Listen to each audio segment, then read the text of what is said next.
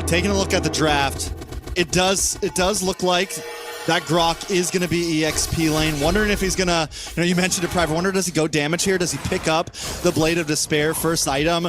Does he go all in? This is not a new hero to Chicken. He's comfortable with it. It also gives him some nice crowd control, some nice engage and disengage. Out of the 3 drafts that we've seen from BTK, this one is probably one of my favorites. It feels a bit more comfortable for everybody. Mobazane, I mean, yes, the Paquito is unheard of, but it does have an insane level 4 power spike. The damage is definitely there if they can capitalize on the laning phase. And that's what we're going to be keeping a close eye on, right? The laning phase. How are they going to be able to effectively keep their side laners alive and also get these objectives? How are they going to be able to get into these turtles? Now, there's a lot of things working well for BTK's draft. You have the Aurora, right? The crowd control, especially this early.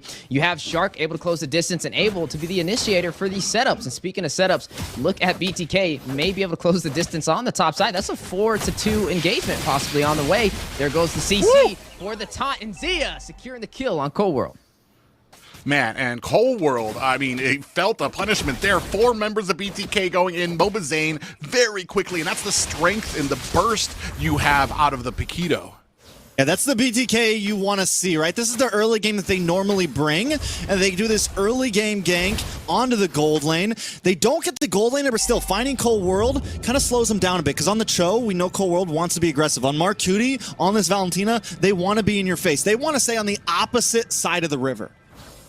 Yeah, and that's going to be huge for BTK, right? Leading the momentum for the early game, keeping Cloud9 behind as we are now seeing this turtle spawn in. Will they be able to take this objective? You are going to go ahead and see right now everybody getting ready for the fight.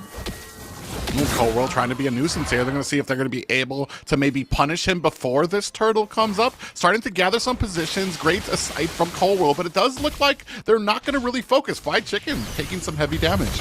Yeah, it's going to get a G-Kondo to the face from Cold World. Now going to go back to safety. Cloud9 in a great position, zoning out the Bloodthirsty Kings from this turtle. Chicken finding an early grave. Nas able to slam down with the Demonic Force to shut him down. And you are going to see best player claim the turtle. You know, I feel like Chicken just had to throw that wall in to kind of try to reset the turtle. Unfortunately, not only did it not reset the turtle, but it put him in harm's way, so they got a kill along with it. I feel like once Mobazane leaves that, right, the rest of the team should have just backed off, not even gone for that turtle. But they go for it. They lose 1 member for it. It's now 1-1. We're back to ground zero. Cloud9 with a little bit of an advantage. But now we're already seeing, I mean, Cold World just in their face nonstop. Do they let him do this, or do they just ignore him? I mean, there's not really much they can do if they can't close the distance. The mobility is just what makes Cho such a threat. We've seen him prioritize a lot this NACT. I mean, look at that. The G-Kondo for the knock. Wild card play, though. Shark able to find Cold World, able to punish. Best player finding Fried Chicken. That's going to be a 1-for-1 trade for both sides. But Nat winning the heart of the battle with the Demonic Force, forcing Mobazane to the Tier 3 turret. A much cleaner game, but you still see Cloud9 able to answer back every single death with a kill of their own. Yeah, Nats 1-0-1 now.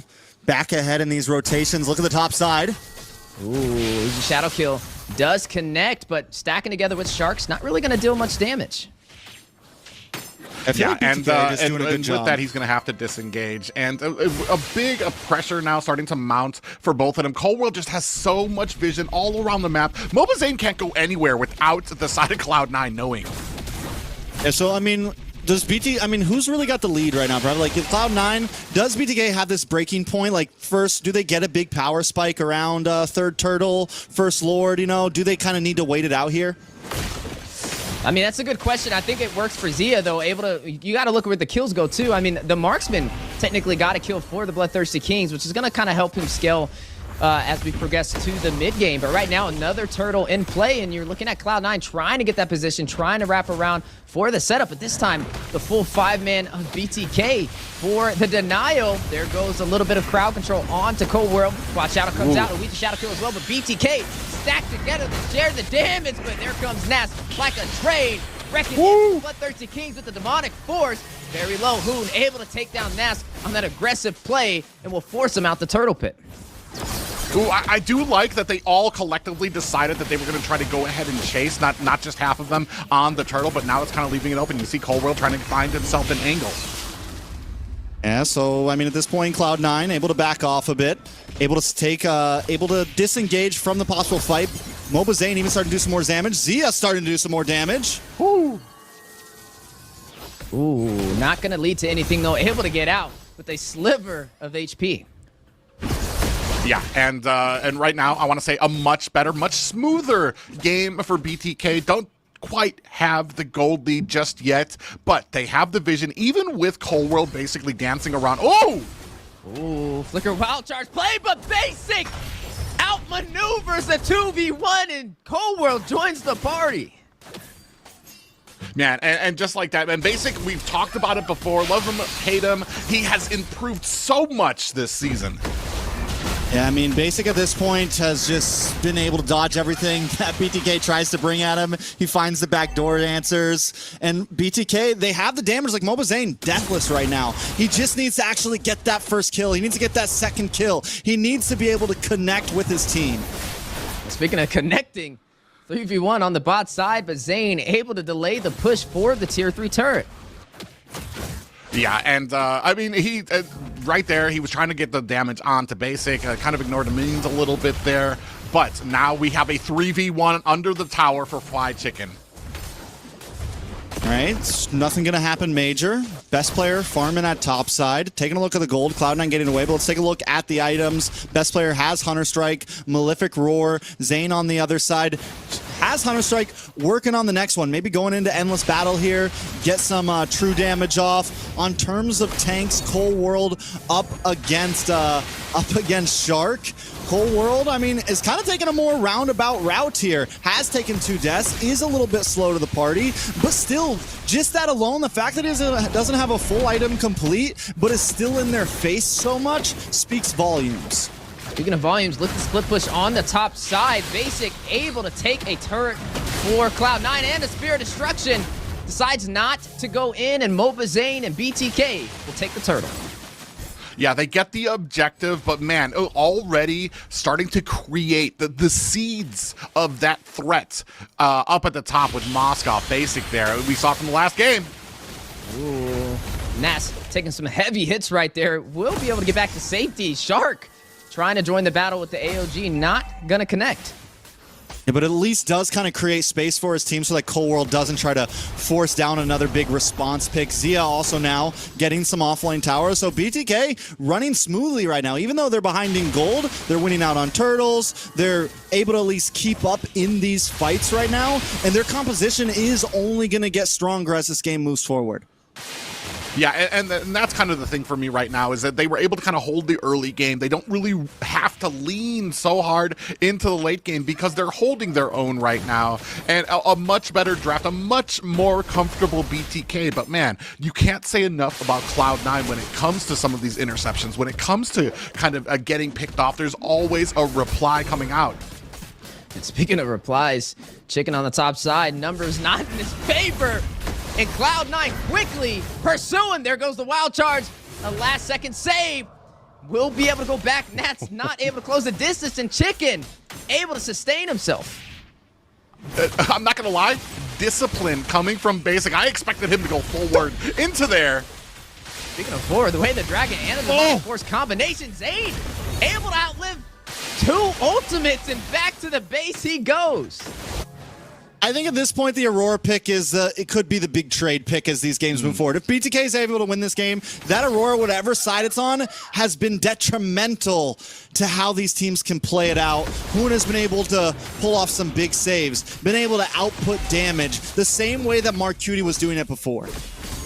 Yeah, the name of the game is CC here, especially when it comes to some of these like frontal assaults coming from both of the opponents here. They don't really have a backline dive. Ooh, comes in with a kick. Yeah, both sides trying to set up for this Lord. Is still surprisingly 10 minutes in, 3-3 on the scoreboard. Definitely playing for these objectives, but with this objective on the table, who will be able to turn it in their favor? I mean, I don't know. With right now, BTK doesn't want to try to play slow around the Lord. They always seem to want to rush it. Let's see if they can pull it off. Yeah, Coldworld taking some damage, able to sidestep the wild charge from Chicken. a little premature right there, and now buys Cloud9 a little bit of room in the Lord pit. Yeah, and the Lord reset here. Both teams are looking, I want to say Cloud9 a little bit more comfortable in there, looking to try to start a fight here. Goes in! With the quad shadow, Ouija shadow kill as well. Not going to deal the final touches on to Shark. That's going to be a lot of utility baited out. That'll buy BTK some time for that Lord push from Cloud9. And I mean, Lord's still up, right? Lord's still sitting. It's still first Lord. Both teams taking their time. A little bit of a dance going. Both junglers going back to get buffs. Best player's going to need the purple. Another big Frigid Glacier comes out, so that's 1-0 down. But look at Zane. I mean, we question the Bakito, but the damage threat is definitely there. Yeah, but look at Basic on the bot side.